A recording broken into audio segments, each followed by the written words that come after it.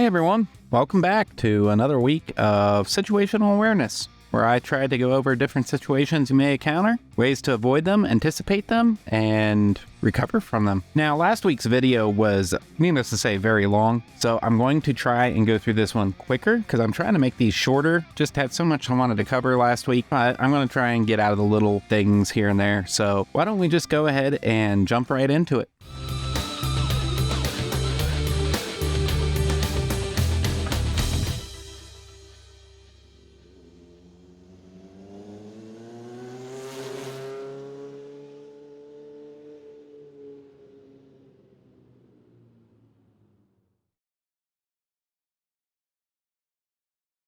So this is just a continuation from last week, and you'll see that I moved over here in the left-hand lane to get around this truck, but notice I'm in the left. Stay as far away, give the truck a wide berth, and then once you're far enough in front of them, move over. Now you'll see that I am staying in the middle of the road, as I've said in last week and previous times.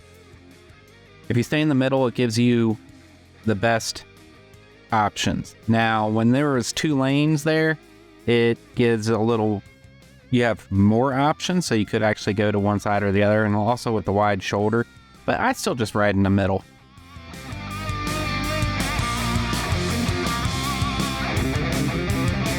Now, when you have a passing lane on your left, like we have here, be careful of cars that end up coming over your line. Once again, being in the middle is a safe place. You don't want to hug too far left, just in case.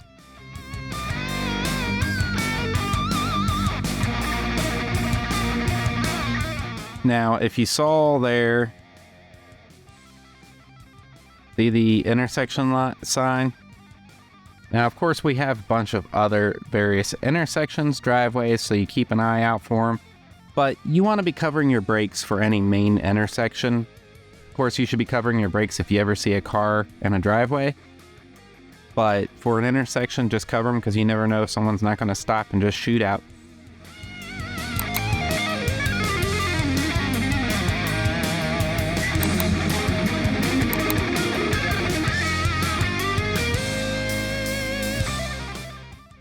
Okay, so once again, we're at this intersection here, or it's not really an intersection, it's two parking lots, but we had this white car, but he was staying back, making us feel very comfortable, but don't get a false sense of security. Cover your brakes, be ready to slow down, have your exit paths planned. Now, of course, if he really guns it, you're going to want to shoot to the right, but then, of course, he might just start and stop, in which case you're still going to be safe here. But you have to be careful. Like, it's one of those tricky situations. Typically, you always shoot behind the car if they're coming out. If he only comes out part way, you'll be safe. But if he comes out into your lane and stops, you're going to need to go left. So that is why it's best to just slow down and be careful. And it looks like we have a buddy right there. All right, let's continue.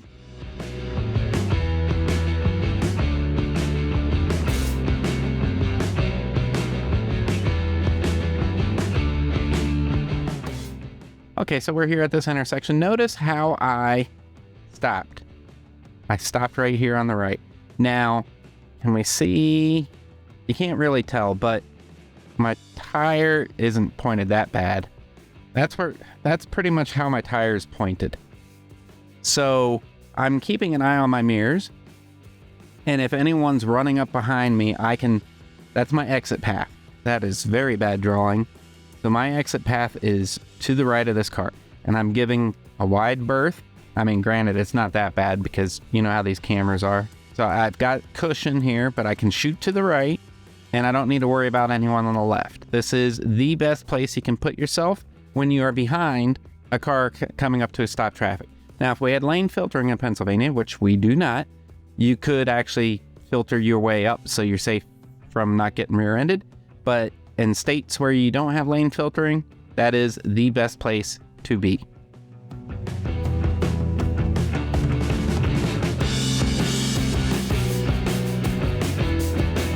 Now watch out for right turners on this intersection that might come out.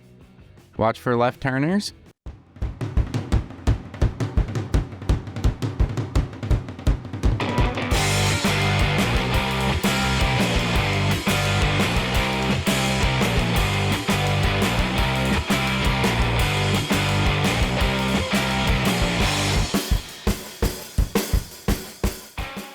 right, so this is a very scary situation. So, first of all, I moved to the right for multiple reasons, and you need to account for all of these. So this person's going in this left lane here. Now, when he first moved over, we didn't see this other van back here. We didn't see him. Let me zoom in. Anticipate that they may not make their left-hand turn here. They're at the wrong spot, wrong house, wrong road, and they shoot back over. By being in the right-hand position here, we can account for them coming back over. We have this wide shoulder that we can go into. Now, there's a ton of debris over here, so you don't want to go into it if you don't have to. And me, I'm kind of hugging the line, but be careful of painted surfaces. And also, this lovely repair job here, when it's hot, that can get very slippery. So be careful about that. And of course, paint's slippery, but if it's wet, it's super slippery. So just be careful. But I'm basically hugging right on this line here, just in case they move back over, I have a place to go. Now, this truck, or van rather, is making this left-hand turn. I was actually shocked he saw me and didn't proceed. So this car is moving over. You never know what they might do. They might have been actually planning on pulling in down here, so they may go and shoot around. So just be prepared.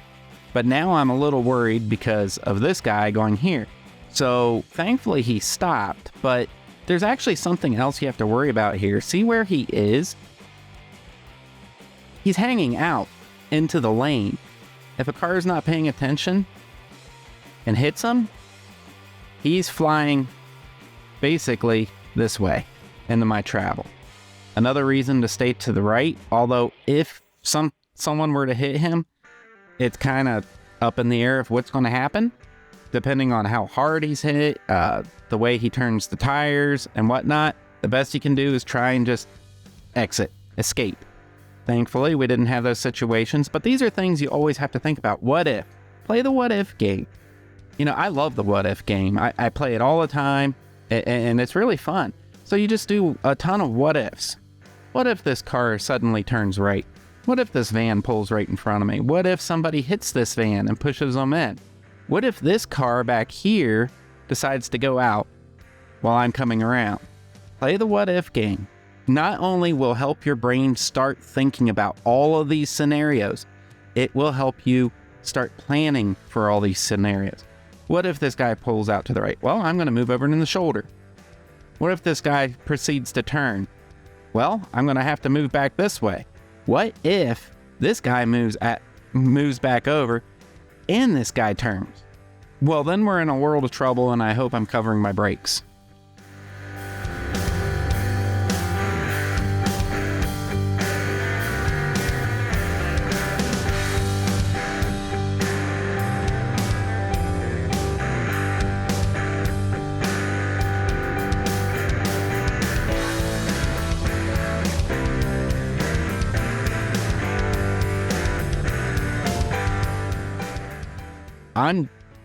I remember this very well. I'm just catching an eye of it. I don't know if we're going to see it in the video. Can you see what's coming? Probably not. I could see it as a rider, but it's really hard to see from a camera perspective. But right there, that is a flashing blue light. Something you need to be aware of at intersections especially. And I hope you are aware. A lot of people don't realize this. You are actually supposed to move over and stop. Now, they're in a hurry. They're doing something hopefully important, and it's a matter of life and death. But if you're over here, you want to move over here to give them room to split the lane. So be over here, give them wide berth. That way you don't have to move over, but still leave plenty of cushion in front of this guy. And be careful. Some people back up.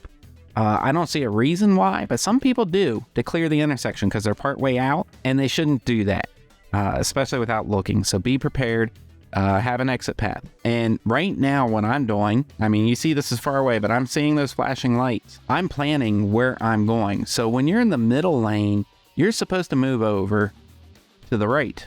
Even though this is a turn lane, you are to move over to the right in case they have to come down this way. And this is where a lot of people mess up. They think they have to move over if the police officer is behind them. That is not the case. You have to give them room to get around however possible. So you always want to move over and stop. It doesn't matter if they're in the opposite direction or in the same direction as you. I could be wrong about that in some states, but I know most of them that is the case. Move over and stop. That's the same with ambulances, fire trucks, etc. So any emergency vehicle. So you're going to see here what I'm going to do. See the lights? I'm moving over. See that van? Hold on.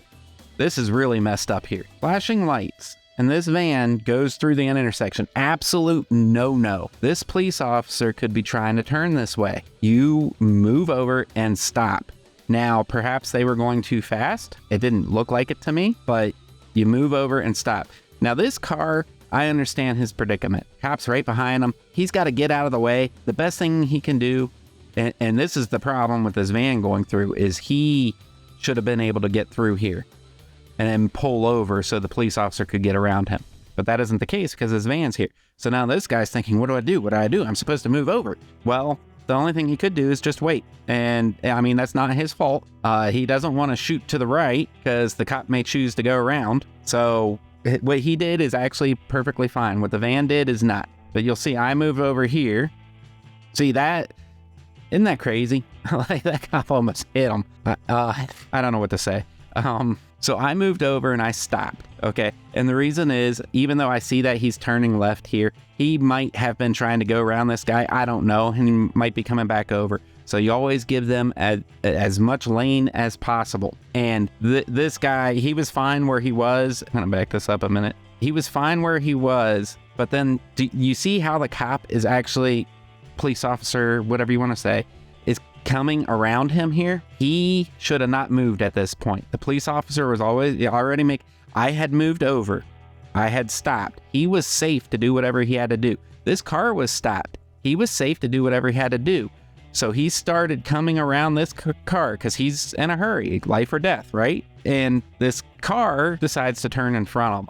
I mean, that could have been bad. If the police officer would have hit him, it would have been 100% his fault. I'm sorry, guys. I'm doing this on the fly. I didn't watch this ahead of time. I'm just trying to go by memory from a couple weeks ago. I had told you that he should have turned and then moved over.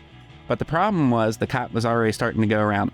That is situational awareness. The car driver had no situational awareness. If he would have looked in his mirror before he proceeded, he would have seen the police officer going around. And he would have known to just stop and stay where he was. Instead, he didn't pay attention to his surroundings and he proceeded. So again, the way they were sitting with the cop there, if the cop couldn't safely go around him, make a turn safe, for example, I didn't follow the rules and I went straight. He would have, that car would have been fine just sitting there and then proceeding when it was safe and then move over to the right as soon as he made the turn. But instead, it became clear the cop was making his move and then he proceeded to cut the cop off. I mean, it's one of those situations where when you're in it, it could be a lot more complicated than you think. But looking at it from this perspective, I believe the car driver was right and then he was wrong. Situational awareness. Always be mindful of your surroundings. So now that we got that out of the way, what do I do now? Because nobody respects what you did. You pulled over and stopped and you're in the middle lane to go straight and now you're all the way over here. So what do? Well, you wait. If there's cars coming, you just watch and you wait, because if they stop and let you out, make sure that no one's going into the right-hand lane or whatever and it's perfectly safe. Go ahead and proceed. But otherwise, you just wait for any cars that are behind you to go. In this situation, I did not have any cars behind me. You can't really tell, but I was able to just proceed. Nothing. And then went up to my stoplight. So once again, just like all other intersections I talk about, watch for people cutting this turn sharp. Watch for people turning right and cutting wide. This is why I'm over here on the right-hand side of this lane. And other than that, that's all you have to do. And I'm pretty sure that's it for... We do get a green light here. So remember, green does not mean go. Green means proceed with caution. Make sure everyone stops and then proceed on your way. So that's it for this week. Again, I tried to make this one a little quicker. Hopefully it is. I won't know until I edit. Thank you for watching. Stay safe and keep the rubber side down. Thanks for watching. If you have any questions, please feel free to leave them in the comment section below. I will try and answer everyone's questions as soon as possible. If there's anything you would like to see, any tips, tricks, techniques, anything at all motorcycle related, please let me know. I do these videos for you, so anything that you would like to see, I am more than happy to do it. If you like this video, please click that thumbs up button. And if you haven't already, please subscribe and click the bell to notify you whenever a new video drops. Thank you again. Ride safe and keep the rubber side down.